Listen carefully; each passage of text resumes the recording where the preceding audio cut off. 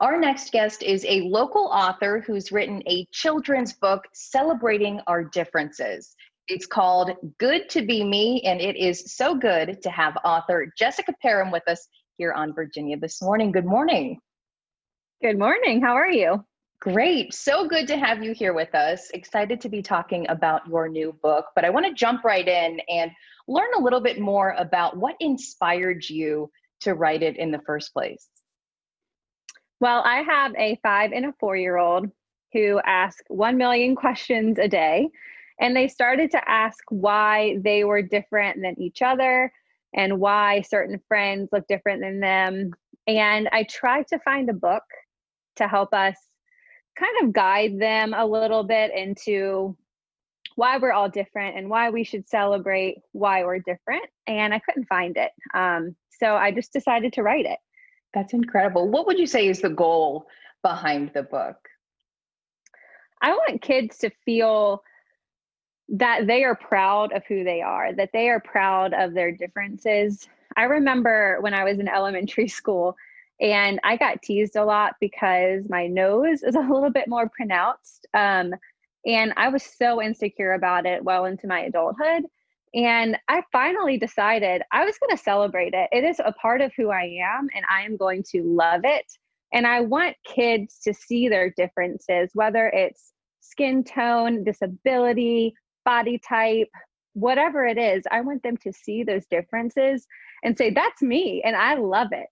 So that's the goal for me. I want all kids to just love themselves and to love what makes them different and what makes their family different, what makes their friends different. What kind of response have you had so far from people who have read the book and come up to you and talk to you about it? Or maybe they read it with their kids. And what kind of feedback are you getting from people who've been able to sit down and really hear the story and digest it and have a conversation with their family?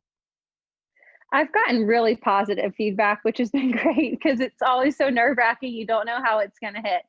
But a lot of moms have DM'd me and said that their kid has seen themselves for the very first time in a bedtime story, or they've seen their grandmother, and there's been tears on my end and on their end because they're represented for the first time. And that's a huge thing. I've heard representation it's been 2 weeks since it's been out, and for 2 weeks I've gotten these DMs that have just been like, thank you. My son has a limb difference and he has seen himself playing basketball in the book, and my daughter has seen her grandmother for the first time with her skin difference. And I've gotten emotional way more times than I care to admit from these messages, and I'm overwhelmed with gratitude. So the book has been out for a couple of weeks now. What was the process like for you from the very beginning when you were searching for a book like this and couldn't find it and then decided, I'm just going to write it? How long ago was that before you actually had it in your hands? So that was back in February of this year.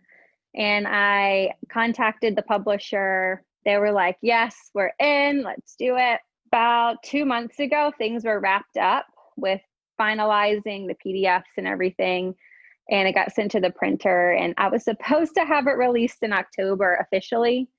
But because of COVID, everything's gotten backed up. So yeah, it's been almost a year, but it's been a great process.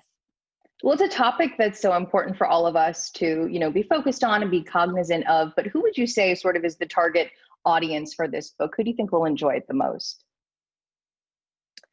I'd say probably 4 to 7. It's a great bedtime story. It's not too long, which as a mom, I appreciate not having to go through a 5-minute story before bedtime.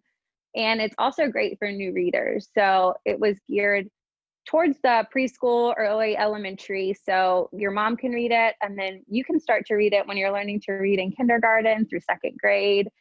It's just an easy read for everybody. And I also have it geared towards teachers because I wanted to do something for our awesome teachers that could be a complete lesson plan. So you could read the book. There's 10 questions at the back, 5 on diversity and differences, 5 on kindness. And then I also have coloring page PDFs that they can have. So it can be just a really easy, fun lesson on diversity or kindness for teachers. People are very excited. I know that this has only been out for a couple of weeks, but do you have anything else that you're working on, or maybe something else that we can expect to come in the near future or future?